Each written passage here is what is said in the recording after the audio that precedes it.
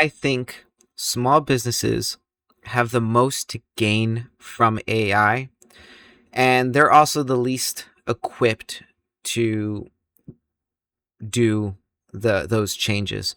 But I think they have the most to gain as far as a percentage breakdown. So if you consider these massive e-commerce companies, all the big names, all the big brands, they have to adapt to these AI changes. They have to adapt to the fact that your search engines, your SEO, traditional approaches are going to essentially collapse under the new way people are looking. Younger generation is talking to their phone. People are using ChatGPT, and those are other using things like Gemini. People are using Claude for research. You've got all of these different tools, and of course, who's in front, who's in charge, or whatever, that keeps changing. That doesn't really matter, okay? The point is the original way that we would find items and search for them, services, products, is completely different already.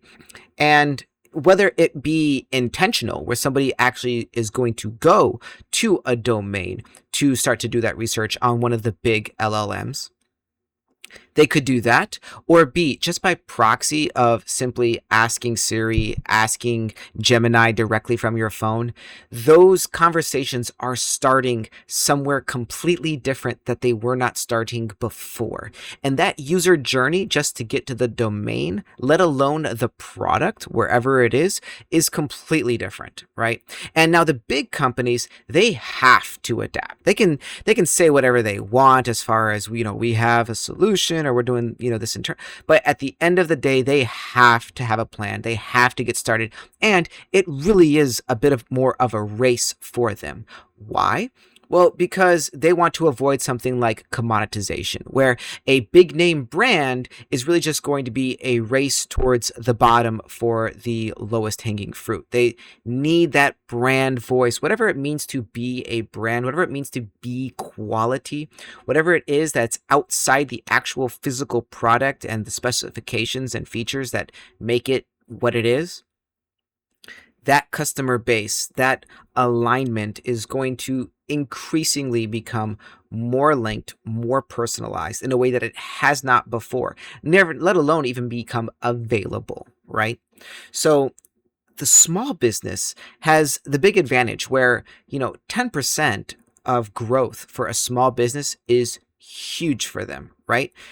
But with AI, 10% is nothing, especially if you're not even showing up on the radar right now, because a lot of these things that's going on right now when it comes to these LLMs and how they're doing their crawls, how they're doing their searches, how they're fundamentally choosing how to rank things, how that information is being gathered, we're still in such an early stage where it's helpful to be investigative and find out exactly what those terms are that are being used, how they align with your specific customers and how they convert and all that stuff. But for the small business, wow, what an opportunity. Now, what I am seeing a lot of is people who seem to think because they've messed around with ChatGPT or some of the chains from the old approach of doing things like a make.com, or it's slipping my mind, the other one, whatever it is. It doesn't matter. The point is they're building these whole pipelines that are being geared towards small businesses, because once you kind of have that infrastructure built in place, you can kind of hand it off, sell it off as a product.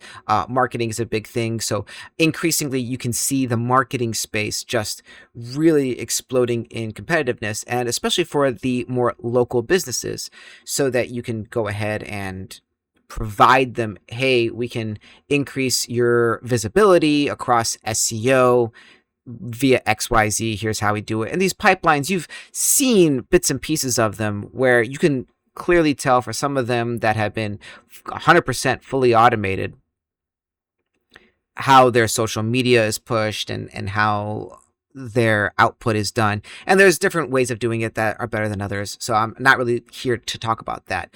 What I am saying, though, is when it comes to these automations and it comes to these AI advantages, these big these big wins, the small business has a great opportunity here to compete on the level of the large enterprise companies. And they have this ability right now because AI is offering them the ability to have essentially an output that is vastly superior and higher than what they could normally afford or what they could normally output with their current team. Now, a team, for reference, like let's go with this. For reference, I have been able to produce a site in a weekend that would traditionally take me months, right, in order to have certain functionality, let alone build out from scratch. And it's been that way for a while now. As far as if it's been recognized and adapted by others, no. But what you can see already is these companies like the low hanging fruit ones, like your Squares, your Wix, and whatever they have now, Shopify, right? They are all trying to produce these sort of AI beyond cookie cutter templates so that you can have more of that dynamic, unique personalization when it comes to the branding aesthetic, right? And there's a lot more that goes into that. But just to get to that point used to take a lot more resources, a lot more time, effort, and energy. This means for the bigger company, the more important it is for their brand voice to sound like them, to be something different. But for the small company, their bar is very different. Their bar is just to be seen, to be recognized as a professional level, to be seen as a company that can be trusted, that can produce the product, that is also trying to distinguish themselves, especially if they're local. I mean, your local competition, the bar is even lower because a lot of times, if we're shopping locally, specifically with the intention of shopping locally, there's only a couple things we're really looking for. And it's going to typically come down to the assessment we can have as far as value goes. If we're able to get any sort of inclination for pricing expectations, and of course, the authenticity of the message that's being produced from the actual website. A website can do a lot to establish the credibility of a brand, and especially when you're smaller and local, there's a lot more grace given, a lot more leeway given as far as how high that expectation needs to be.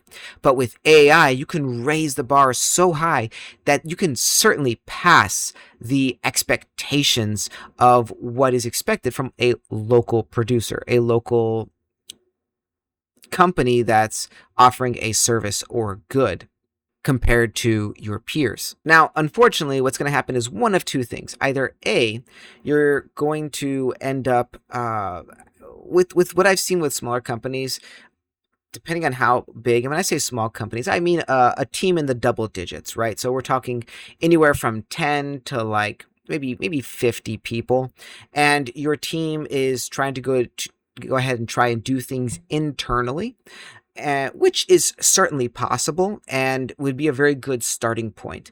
But a lot of times, the expectation is just the internal team needs to figure this out. And in general, what I'm seeing across the board, regardless of the scale of the company, is everybody's just knows that AI is important. They need to use AI. It's something that we've got to mess with.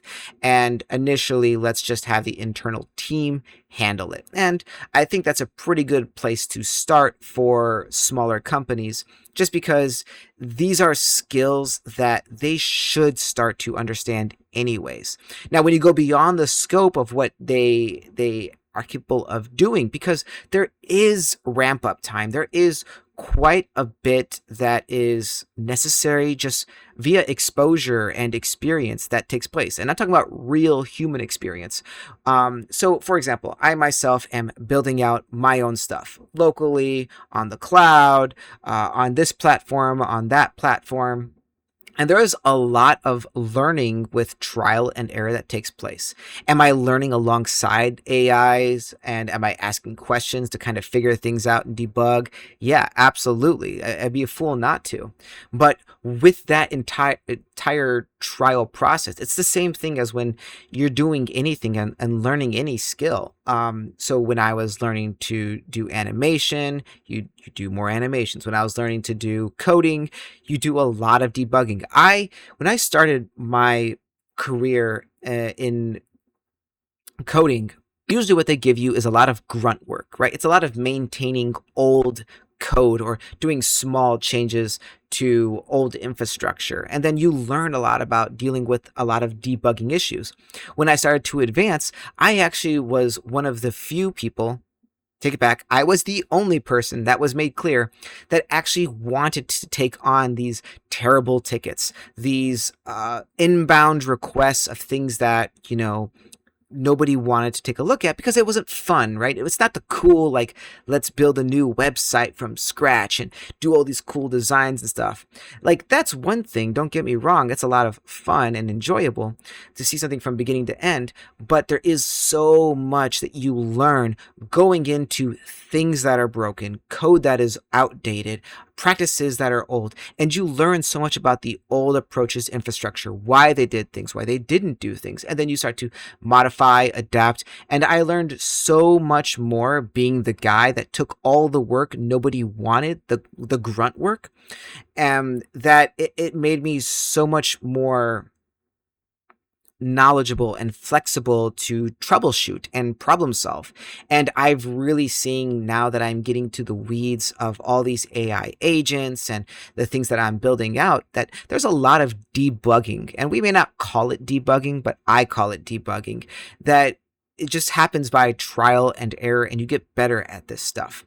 And what I'm going to make the case for is that if you are a developer, or if you're somebody who had a lot of that grunt work, and you took it on, then you have some really good insight into figuring things out when they are broken.